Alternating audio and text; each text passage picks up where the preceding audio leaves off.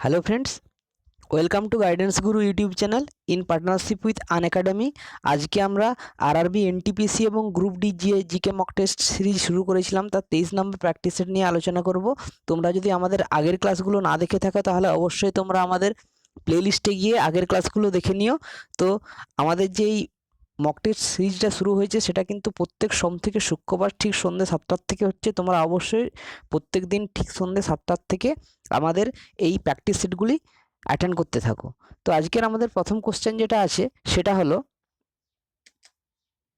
কোন রাজবংশ খাজুরাহো মন্দির তৈরি করেছিল? কোন রাজবংশ খাজুরাহো মন্দির, অর্থাৎ খাজুরাহের যে মন্দির সেই মন্দিরগুলো কোন রাজবংশ তৈরি করেছিল? তাহলে এক্ষেত্রে যেটা আমাদের কারেক্ট অ্যান্সার হয়ে যাবে, চান্দেলা রাজবংশ কিন্তু খাজুরাহের মন্দিরগুলো নির্মাণ করেছিল। এবং চান্দেলাদের রাজধানী বা ক্যাপিটাল ছিল খাজুরাহো, এবং খাজুরাহোয় প্রধান 3টি মন্দির তারা তৈরি করেছিল। তোমরা এই 3টে মন্দির জেনে রাখবে। প্রথমত ছিল একটা লক্ষণ টেম্পল, দ্বিতীয়ত ছিল একটা বিশ্বনাথ টেম্পল, এবং তৃতীয় টেম্পলটা ছিল কেন্দ্রীয় মহাদেব টেম্পল। এই 3টে মোস্ট ইম্পর্ট্যান্ট টেম্পল কিন্তু খাজুরাহোতে তৈরি করেছিল চান্দেলারা। পরবর্তী কোশ্চেন, কে ক্রিপস মিশনের প্রস্তাবগুলিকে একটি পোস্ট ডেটেড চেক বলেছিলেন? তোমরা প্রত্যেকেই কিন্তু 10 সেকেন্ড করে সময় পাবে, এবং তোমরা এই সময়ের মধ্যে যদি সম্ভব হয় তোমাদের পক্ষে কারেক্ট অ্যান্সারটা কমেন্ট বক্সে প্রত্যেকেই কিন্তু লেখার চেষ্টা করো। এবং তোমরা প্রথম থেকে শেষ পর্যন্ত ভিডিওটা দেখতে থাকো, কারণ মোস্ট ইম্পর্ট্যান্ট কোশ্চেনগুলোই আমরা এখানে ডিসকাস করব, যেগুলো তোমাদের আপকামিং এক্সামের জন্য খুব ইম্পর্ট্যান্ট। তাহলে এক্ষেত্রে এটার কারেক্ট অ্যান্সার হয়ে যাবে Mahatma Gandhi. Option 3 is the correct answer. Mahatma গান্ধীই কিন্তু ক্রিপস মিশনের প্রস্তাবগুলিকে একটি পোস্ট ডেটেড চেক হিসেবে আখ্যা দিয়েছিলেন। এবং এই ক্রিপস মিশন যেটা, সেটা ভারতবর্ষে এসেছিল 1942 1942 খ্রিস্টাব্দে, এবং তখন ভারতের ভাইসরয় ছিলেন লর্ড লিনলিথগো। নেক্সট কোশ্চেন, কবে মুসলিম লীগ প্রতিষ্ঠিত হয়েছিল? দ্য এস্টাবলিশমেন্ট ইয়ার মুসলিম লীগ। তোমরা যারা পারবে অবশ্যই প্রত্যেকেই কমেন্টে অ্যান্সারগুলো করার একটু চেষ্টা করো, কারণ এতে তোমাদের ইমপ্রুভমেন্ট হবে এবং তোমাদের কনফিডেন্স বাড়বে। তাহলে এক্ষেত্রে আমাদের কারেক্ট অ্যান্সার হয়ে যাবে, মুসলিম লীগটা প্রতিষ্ঠিত হয়েছিল 1906 খ্রিস্টাব্দে, 1906। 1906 খ্রিস্টাব্দে মুসলিম লীগ প্রতিষ্ঠিত হয়েছিল। Option 2 is the correct answer. আমাদের পরবর্তী কোশ্চেন, ভারতের বিপ্লবী আন্দোলনের সূচনা প্রথম কোথায় হয়েছিল? অর্থাৎ ইন্ডিয়ার যে রিভলিউশনারি মুভমেন্ট, সেই রিভলিউশনারি মুভমেন্টগুলোর যে সূচনা সেটা কোথায় হয়েছিল? তাহলে এক্ষেত্রে যেটা আমাদের কারেক্ট অ্যান্সার হয়ে যাবে, সেটা কিন্তু বাংলাতে হয়নি, বা পাঞ্জাবও হয়নি, বা রাজস্থানও হয়নি, সেটা হয়েছিল কিন্তু মহারাষ্ট্রে। Maharashtra is the correct answer. Option 1।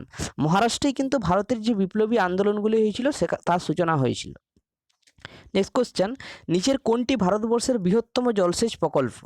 অর্থাৎ এখানে 4টি জলসেচ প্রকল্পের নাম দেওয়া হয়েছে, তাদের মধ্যে ভারতের বৃহত্তম জলসেচ প্রকল্প কোনটি সেটা তোমাদের কোশ্চেনের উত্তর জানতে চেয়েছে। তাহলে এক্ষেত্রে আমাদের কারেক্ট অ্যান্সার হয়ে যাবে, ভারতবর্ষের বৃহত্তম জলসেচ প্রকল্প হলো ভাকরা নাগাল প্রজেক্ট। ভাকরা নাগাল জল প্রকল্প হচ্ছে ভারতবর্ষের বৃহত্তম জলসেচ প্রকল্প।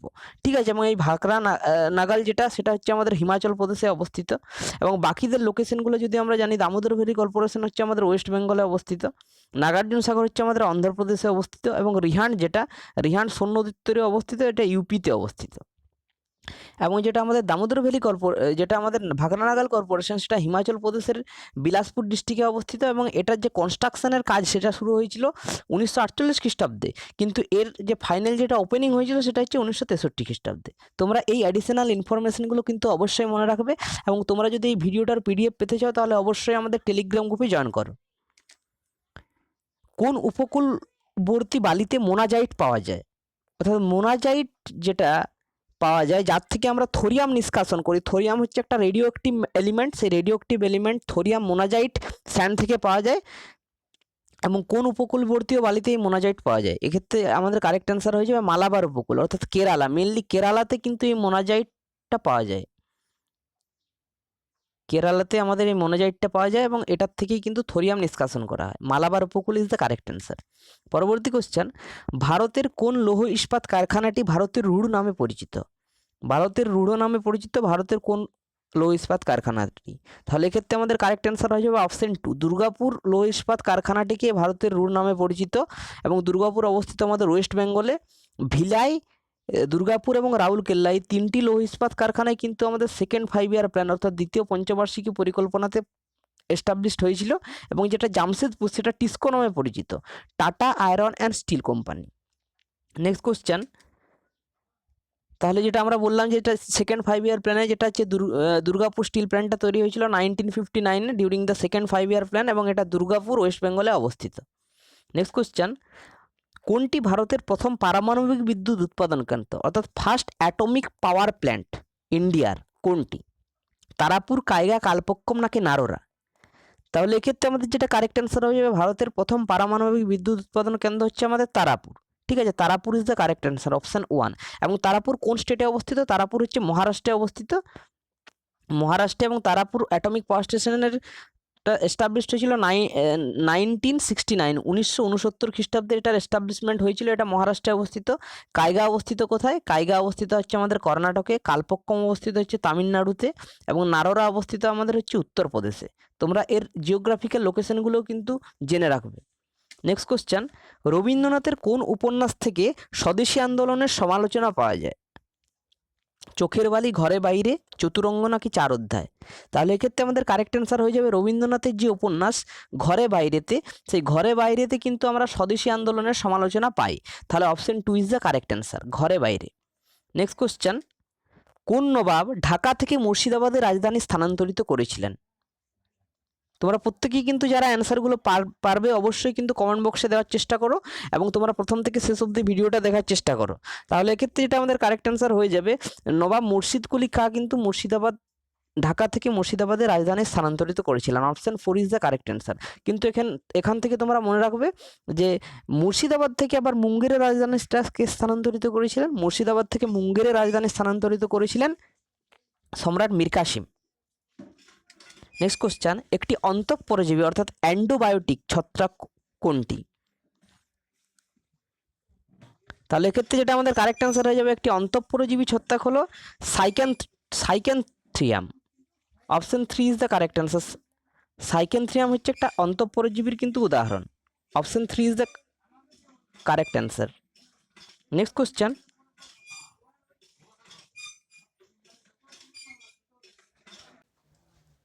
প্রোটিন সংশ্লেষকারী ক্ষুদ্রাঙ্গের নাম কি? অর্থাৎ যে অঙ্গটি আমাদের প্রোটিন সংশ্লেষ করে তার নাম কি? তাহলে এক্ষেত্রে আমাদের কারেক্ট অ্যান্সার হয়ে যাবে, প্রোটিন সংশ্লেষকারী যে অঙ্গটি সেটি হচ্ছে রাইবোজোম নামে পরিচিত। ঠিক আছে, রাইবোজোমটা হচ্ছে আমাদের প্রোটিন সিনথেসিস করে আমাদের বডিতে। এবং লাইসোজোমটা কি নামে পরিচিত? লাইসোজোমটাকে বলা হয় কোষের আত্মঘাতী থলি নামে পরিচিত। পরবর্তী কোশ্চেন, রঞ্জক পদার্থবিহীন প্লাস্টিডকে কি বলা হয়? অর্থাৎ যে সমস্ত প্লাস্টিডে কোনো রঞ্জক পদার্থ থাকে না তারা কি নামে পরিচিত? এক্ষেত্রে আমাদের কারেক্ট অ্যান্সার হয়ে যাবে, রঞ্জক পদার্থবিহীন প্লাস্টিডকে লিউকোপ্লাস্ট নামে পরিচিত। লিউকোপ্লাস্টে কিন্তু কোনো রঞ্জক পদার্থ থাকে না। Option 3 is the correct answer, leucoplast হয়ে যাবে আমাদের সঠিক উত্তর। নেক্সট কোশ্চেন, কোনটিতে নিউক্লিয় সংযোজন ঘটে? ইউরেনিয়াম, ডয়টেরিয়াম, বেরিয়াম নাকি ক্রিপ্টন?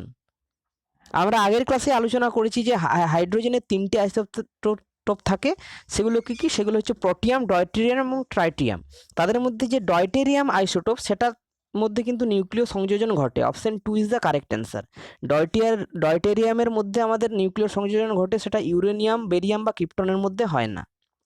আমাদের পরবর্তী কোশ্চেন, নিচের কোনটি দ্বিপরমাণুক মৌল? সোডিয়াম, অ্যালুমিনিয়াম, ক্যালসিয়াম নাকি ক্লোরিন? তাহলে যেহেতু আমাদের এখানে অ্যান্সার চেয়েছে দ্বিপরমাণুক মৌল, তাহলে এক্ষেত্রে আমাদের কারেক্ট অ্যান্সার হয়ে যাবে ক্লোরিন। কারণ ক্লোরিনটা যেরকম ফর্মে এক্সিস্ট করে সেটা সর্বদাই কিন্তু Cl2 ফর্মে এক্সিস্ট করে, এটা Cl ফর্মে কিন্তু এক্সিস্ট করে না। ক্লোরিনটা অলওয়েজ Cl2 ফর্মে এক্সিস্ট করে, তাই এটি দ্বিপরমাণুক। কারণ সোডিয়াম Na ফর্মেও থাকতে পারে, Al ফর্মেও থাকতে পারে, এবং ক্যালসিয়ামটা Ca ফর্মেও থাকতে পারে, কিন্তু ক্লোরিনের যে এক্সিস্টেন্স সেটা অলওয়েজ Cl2 হিসেবে থাকে। নেক্সট কোশ্চেন, নিচের কোনটির আপেক্ষিক তাপ সব থেকে বেশি? তেল, জল, গ্লিসারিন নাকি HCl অর্থাৎ হাইড্রোক্লোরিক অ্যাসিড? তাহলে এক্ষেত্রে যেটা আমাদের কারেক্ট অ্যান্সার হয়ে যাবে, নিম্নলিখিত এই 4টি মধ্যে আপেক্ষিক তাপ সব থেকে বেশি হচ্ছে আমাদের জলের। Option 2 is the correct answer, জলের আপেক্ষিক তাপ সব থেকে বেশি। আমাদের পরবর্তী কোশ্চেনটা এই রিলেটেডই আছে, যেটা আছে এসআই পদ্ধতিতে জলের আপেক্ষিক তাপটা কত? অর্থাৎ এসআই ইউনিটে জলের আপেক্ষিক তাপের পরিমাণটা কত? তাহলে এক্ষেত্রে যেটা আমাদের কারেক্ট অ্যান্সার হয়ে যাবে, এসআই পদ্ধতিতে আমাদের জলের আপেক্ষিক তাপের পরিমাণ হচ্ছে 4000 জুল কেজি পার ক্যালভিন, অর্থাৎ option 1 is the correct answer. তাহলে এখান থেকে আমরা কি জানলাম? এখান থেকে আমরা জানতে পারলাম যে আপেক্ষিক তাপ যেটা আছে তার ইউনিট হচ্ছে জুল কেজি পার ক্যালভিন। ঠিক আছে, নেক্সট কোশ্চেন আমাদের, কোন দেশ হাইপারসনিক ক্রুজ মিসাইল সফলভাবে পরীক্ষা করলো? হাইপারসনিক ক্রুজ মিসাইলটা কোন দেশ সফলভাবে পরীক্ষা করলো? তাহলে এক্ষেত্রে আমাদের কারেক্ট অ্যান্সার যেটা হয়ে যাবে Russia. Option 3 is the correct answer. Russia কিন্তু সম্প্রতি হাইপারসনিক ক্রুজ মিসাইল সফলভাবে পরীক্ষা করলো এবং রাশিয়ার যে প্রেজেন্ট প্রেসিডেন্ট তিনি হলেন ভ্লাদিমির পুতিন, প্রাইম মিনিস্টার হলেন মিখাইল মিশস্টুটিন এবং ক্যাপিটাল হচ্ছে মস্কো এবং যেটা কারেন্সি হচ্ছে রুবেল। তাহলে এক্ষেত্রে রাশিয়া হয়ে যাবে আমাদের কারেক্ট অ্যান্সার। পরবর্তী question, association of mutual funds in India AMFI এর সম্প্রতি চেয়ারম্যান পদে কে নিযুক্ত হলেন? তাহলে এক্ষেত্রে যেটা কারেক্ট অ্যান্সার হবে, তোমরা প্রত্যেকে অ্যান্সার যারা পারবে অবশ্যই দেওয়ার চেষ্টা করো। এক্ষেত্রে আমাদের কারেক্ট অ্যান্সার হয়ে যাবে Nilesh Saha. Option 2 is the correct answer. Nilesh Saha কিন্তু সম্প্রতি association of mutual funds in ইন্ডিয়ার চেয়ারম্যান পদে নিযুক্ত হলেন। পরবর্তী কোশ্চেন, এবং যেটা হচ্ছে association of mutual funds in India, এটার এস্টাবলিশমেন্ট ইয়ার হচ্ছে 1995 1995 খ্রিস্টাব্দে। এর প্রেজেন্ট চেয়ারম্যান হচ্ছে নীলেশ সাহা এবং ভাইস চেয়ারম্যান হলেন সৌরভ নানাবতী। এই এডিশনাল ইনফরমেশনগুলো তোমরা অবশ্যই মনে রাখবে এবং তোমরা যদি এগুলি ফ্রিতে পেতে চাও তাহলে আমাদের ডেসক্রিপশন বক্সে দেওয়া টেলিগ্রাম গ্রুপে জয়েন করো। Next question, Indian post payment ব্যাংকসের MD অ্যান্ড CEO পদে সম্প্রতি কে নিযুক্ত হলেন? ইন্ডিয়ান পোস্ট পেমেন্ট ব্যাংকের MD এবং CEO পদে সম্প্রতি নিযুক্ত হলেন জে ভেঙ্কটরামু। জে ভেঙ্কটরামু সম্প্রতি ইন্ডিয়ান পোস্ট পেমেন্ট ব্যাংকের MD এবং CEO পদে নিযুক্ত হলেন এবং যেটা আমাদের ইন্ডিয়ান পোস্ট পেমেন্ট ব্যাংক তার এস্টাবলিশমেন্ট ইয়ারটা হচ্ছে 2018 সালের 1 সেপ্টেম্বর এস্টাবলিশড হয়েছিল এবং এর যেটা হেডকোয়ার্টার সেটা নিউ দিল্লিতে অবস্থিত। নেক্সট কোশ্চেন, 2020 সালে কাকে শান্তিতে নোবেল পুরস্কার দেওয়া হবে? অর্থাৎ নোবেল পিস প্রাইজ যেটা 2020-তে সেটা কাকে দেওয়া হবে? World food programme, Donald Trump, Vladimir Putin নাকি আবিয়া আহমদ আলী? তাহলে এক্ষেত্রে আমাদের কারেক্ট অ্যান্সার হয়ে যাবে 2020 সালে ওয়ার্ল্ড ফুড প্রোগ্রামকে কিন্তু আমাদের শান্তিতে নোবেল পুরস্কার দেওয়া হবে। Option 1 is the correct answer, world food programme. এক্ষেত্রে তোমরা মনে রাখবে আবিয়া আহমদ আলী ইনি 2019 সালে কিন্তু নোবেল পুরস্কার শান্তিতে পেয়েছিলেন। নেক্সট কোশ্চেন, এবং এই যে আমাদের 2020 সালের যে সরলা পুরস্কার তিনি কে পেতে চলেছেন? 2020 সালের সরলা পুরস্কার কে পেতে চলেছেন? তাহলে এক্ষেত্রে এটা আমাদের কারেক্ট অ্যান্সার হয়ে যাবে 2020 সালের সরলা পুরস্কার পেতে চলেছেন Nityananda Nayak. Option 2 is the correct answer. Nityananda Nayak 2020 সালের সরলা পুরস্কার পেতে চলেছেন। নেক্সট কোশ্চেন, সাধারণ সোশ্যাল কোড প্রাপ্ত ভারতের একমাত্র রাজ্য কোনটি? অর্থাৎ জেনারেল সিভিল কোড প্রাপ্ত ভারতের একমাত্র রাজ্য কোনটি? তোমরা জানো অবশ্যই অ্যান্সারগুলো দেওয়ার চেষ্টা করো এবং প্রত্যেকেই ভিডিওটা প্রথম থেকে শেষ অবধি দেখো। অনেক ইম্পর্টেন্ট MCQ এক্সপ্লানেশন সহ আমরা আলোচনা করছি। তাহলে এক্ষেত্রে আমাদের কারেক্ট অ্যান্সার হয়ে যাবে সাধারণ সিভিল কোড প্রাপ্ত ভারতের একমাত্র রাজ্যটি হলো Goa. Option 4 is the correct answer, Goa. এক্ষেত্রে আমরা একটু জেনে নেব, Goa is the only state of India to have the common civil code. Goa civil code is based on Portuguese civil code of 1867 which was introduced in Goa in 1870 with some modification। এই ইনফরমেশনটা তোমরা অবশ্যই মনে রাখবে। আমাদের পরবর্তী কোশ্চেন, সংবিধানের কোন সংশোধনী আইনে সমস্ত ভারতীয় নাগরিককে শিক্ষার অধিকার দেওয়া হয়েছে? তাহলে এক্ষেত্রে আমাদের কারেক্ট অ্যান্সার যেটা হয়ে যাবে 86 কনস্টিটিউশনাল অ্যামেন্ডমেন্ট অ্যাক্ট, অর্থাৎ 86তম সংবিধান সংশোধনীতে কিন্তু সমস্ত ভারতীয় নাগরিককেই শিক্ষার অধিকার দেওয়া হয়েছে যারা স্পেসিফিক্যালি এজ গ্রুপ 6 থেকে 14-র মধ্যে বিলং করে। The age group between 6 to 14 years তাদেরকে কম্পালসারি এডুকেশনের অধিকার দেওয়া হয়েছে এবং সেটা হচ্ছে 86তম কনস্টিটিউশনাল অ্যামেন্ডমেন্ট অ্যাক্ট, যেটা 2002 সালে কার্যকর হয়েছিল। 2002 সালে সালটাও তোমরা অবশ্যই মনে রাখবে। নেক্সট কোশ্চেন, ভারতের যুক্তরাষ্ট্রীয় বিচারালয় গঠিত হয় কোন সালের আইনে? অর্থাৎ ফেডারেল ফর্ম অফ গভর্নমেন্ট সেটা কত সালের ভারত শাসন আইনে গঠিত হয়েছিল? তাহলে এক্ষেত্রে আমাদের কারেক্ট অ্যান্সার হয়ে যাবে 1935 সালের যে ভারত শাসন আইন গভর্নমেন্ট অফ ইন্ডিয়া অ্যাক্ট, যেটা 1935, সেই 1935 সালের ভারত শাসন আইনেই কিন্তু ভারতের যুক্তরাষ্ট্রীয় বিচারালয় গঠিত হয়েছিল। আমাদের পরবর্তী কোশ্চেন, সংবিধানের কোন ধারায় রাজ্যপালকে রাজ্যের শাসন বিভাগীয় ক্ষমতা দেওয়া হয়েছে? তাহলে এক্ষেত্রে যেটা আমাদের কারেক্ট অ্যান্সার হয়ে যাবে যেটা হচ্ছে অপশন 3, যেটা আর্টিকেল 154 নম্বর আর্টিকেল অনুযায়ী কিন্তু আমাদের যে রাজ্যপালকে রাজ্যের শাসন বিভাগীয় ক্ষমতা দেওয়া হয়েছে। তাহলে আমরা একটু এই 4টা আর্টিকেল দেখে নেব। আর্টিকেল 53-তে বলা হয়েছে there shall be a governor of each state. Article 154-তে আছে all the executive power of the state shall be vested within the governor.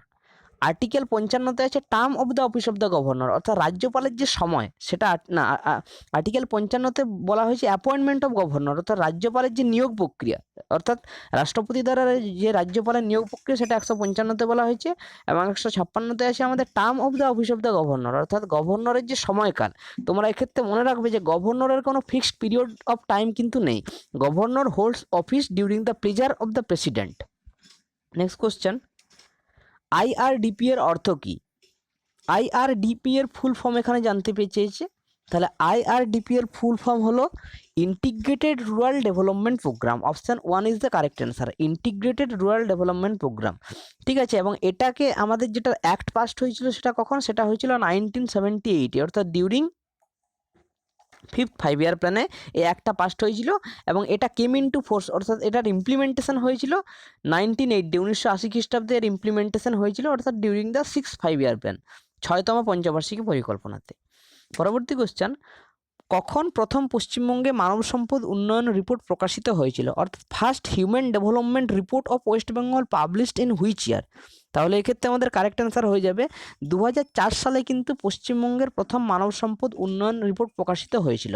Option 4 is the correct answer, 2004। এবং ভারতবর্ষের প্রথম মানব উন্নয়ন রিপোর্ট প্রকাশ হয়েছিল কিন্তু 2001 সালে, এটা তোমরা অবশ্যই মনে রাখবে। এবং হিউম্যান ডেভেলপমেন্ট ইন্ডেক্স বা হিউম্যান ডেভেলপমেন্ট রিপোর্টটা সেটা প্রথম পাবলিশড হয়েছিল কিন্তু 1990 খ্রিস্টাব্দে, 1990-তে। নেক্সট কোশ্চেন, ট্রিপস বলতে কি বোঝায়? TRIPS, ট্রিপস বলতে কি বোঝায়? কর ছাড় সংক্রান্ত আইন, বাণিজ্য সংক্রান্ত আইন, বাণিজ্য সংক্রান্ত মেধাস্বত্ব অধিকার, নাকি সমানুপাতিক শুল্ক নিয়ম? তাহলে এখানে ট্রিপস বলতে বোঝায় বাণিজ্য সংক্রান্ত মেধাস্বত্ব অধিকার, অর্থাৎ অপশান 3টা হয়ে যাবে আমাদের কারেক্ট অ্যান্সার। এবং ট্রিপসের যে ফুল ফর্ম সেটা হচ্ছে কি?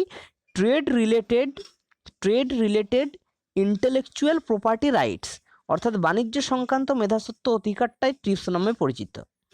এবং ট্রিপসটা খুব ইম্পর্ট্যান্ট, তোমরা অবশ্যই ট্রিপস সম্পর্কে একটু পড়ে নিও।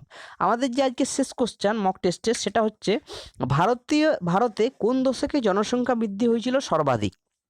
তাহলে এক্ষেত্রে আমাদের কারেক্ট অ্যান্সার কী হবে? তোমরা প্রত্যেকেই কিন্তু এটার কারেক্ট অ্যান্সার কমেন্ট বক্সে কমেন্ট করে জানানোর চেষ্টা করবে।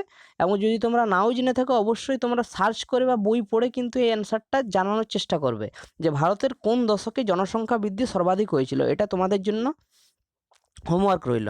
তো আজকে আমরা মোস্ট ইম্পর্ট্যান্ট 30টা কোশ্চেন নিয়ে আলোচনা করলাম। তোমরা যারা কম্পিটিটিভ এক্সামের প্রিপারেশন নিচ্ছ, যারা বাড়িতে বসেই কম্পিটিটিভ এক্সামের প্রিপারেশন নিতে চাও, তাদের জন্য কিন্তু আনএকাডেমি হচ্ছে একটা বেস্ট প্ল্যাটফর্ম। তোমরা আনএকাডেমি অ্যাপ ইনস্টল করে তোমরা সেখান থেকে ওয়েস্ট বেঙ্গলের যে সমস্ত স্টেট কম্পিটিটিভ এক্সামগুলো হয় সেখান থেকে তোমরা থ্রু আউট ওয়েস্ট বেঙ্গলের যত ভালো ভালো এডুকেটর আছে সেখান থেকে তোমরা তাদের টিপস এবং তাদের ক্লাসগুলো লাইভ পাবে আনএকাডেমি অ্যাপের মাধ্যমে। তোমরা যদি এই অ্যাপটা ইনস্টল করতে চাও তাহলে অবশ্যই আমাদের টেলিগ্রাম গ্রুপে জয়েন করো এবং আমাদের ডেসক্রিপশন বক্স থেকে তোমরা এই অ্যাপটার লিঙ্ক পেয়ে যাবে। এবং তোমরা বাড়িতে বসেই কিন্তু তোমাদের একটা কমপ্লিট প্রিপারেশন কিন্তু তোমরা নিতে পারবে। এবং যেটা আমাদের আনএকাডেমিতে এখন প্ল্যান চলছে, সেই প্ল্যানগুলো বিভিন্ন ধরনের প্ল্যান আছে, ফ্রি ক্লাসও আছে, তার সাথে আমাদের পেড ক্লাসও আছে। এবং ফ্রি ক্লাসগুলো তোমরা অবশ্যই সবাই ফ্রিতেই পাবে, কিন্তু পেড ক্লাসের জন্য তোমাদের আলাদা করে সাবস্ক্রিপশান নিতে হবে। সেক্ষেত্রে 1 মাস, 3 মাস, 6 মাস, 12 মাস, এমনকি 2 বছরের সাবস্ক্রিপশানও তোমরা পেতে পারো। তো এক্ষেত্রে যে রেটগুলো আছে সেগুলো তোমরা দেখতেই পাচ্ছ। কিন্তু তোমরা যদি আমাদের টেলিগ্রাম গ্রুপে আমরা আজকে রাত্রের মধ্যে একটা স্পেশাল কুপন কোড প্রোভাইড করব, সেই কুপন কোডটা তোমরা যদি ইউজ করো সেক্ষেত্রে তোমরা প্রত্যেকটা কোর্সের ক্ষেত্রেই কিন্তু তোমরা 10% অফ পেয়ে যাবে। অর্থাৎ যেটা 1 বছরের কোর্স যেটা প্রাইস 10,450 টাকা, সেটা কিন্তু তোমরা 9,405 টাকার মধ্যেই পেয়ে যাবে। তাহলে তোমরা অবশ্যই আমাদের টেলিগ্রাম গ্রুপে জয়েন করো, সেখানে আমরা কিন্তু কুপন কোডটা প্রোভাইড করব। এবং এই পুজোর জন্য আনএকাডেমি তোমাদের জন্য একটা স্পেশাল অফার নিয়ে এসেছে। সেটা কি? সেটা হলো আনএকাডেমিতে একটা 18 তারিখে একটা মক টেস্টের ইন্ট্রোডিউস করা হয়েছে, 18 তারিখ সকাল ঠিক 10টার সময়। এবং এখানে যে সমস্ত র্যাঙ্ক হোল্ডাররা থাকবে, যেমন যে ফার্স্ট র্যাঙ্ক হোল্ড করবে তাকে 13,000 টাকা, যে সেকেন্ড র্যাঙ্ক হোল্ড করবে তাকে 10,000 টাকা, যে থার্ড র্যাঙ্ক তাকে 7,000, 4 থেকে 10 র্যাঙ্ক যারা করবে তাদেরকে 3,000, 11 থেকে 20 র্যাঙ্ক যারা করবে তাদেরকে 2000 টাকা, এবং 21 থেকে 30 র্যাঙ্ক যারা করবে তাদেরকে 1000, এবং যারা 31 থেকে 50-এর মধ্যে র্যাঙ্ক করবে তাদেরকে কিন্তু 3 মাসের যে প্লাস সাবস্ক্রিপশান সেটা ফ্রিতে দেওয়া হবে। তাহলে তোমরা অবশ্যই কিন্তু 18ই অক্টোবর ঠিক সকাল 10টায় এই মক টেস্টটা, 200 নম্বরের মক টেস্ট যেটা হবে সেটা অবশ্যই অ্যাটেন্ড করার চেষ্টা করো, এবং এটা অ্যাটেন্ড করলে তোমরা এই বেনিফিটগুলো পাবে। তাহলে তোমরা যদি এই অ্যাপটা ইনস্টল করতে চাও, অবশ্যই আমাদের ডেসক্রিপশন বক্সে লিঙ্ক প্রোভাইড করা আছে, এবং আমাদের টেলিগ্রাম গ্রুপে তোমরা জয়েন করে যাও, সেখান থেকে আমরা স্পেশাল কুপন কোডটি তোমাদের প্রোভাইড করব। তো আজকের ক্লাস এ পর্যন্তই। আমরা নেক্সট ক্লাসে আমরা আলোচনা করব আরেকটা স্পেশাল মক টেস্ট নিয়ে, সেটা কাল আমরা আলোচনা করব। Still then stay tuned, thank you.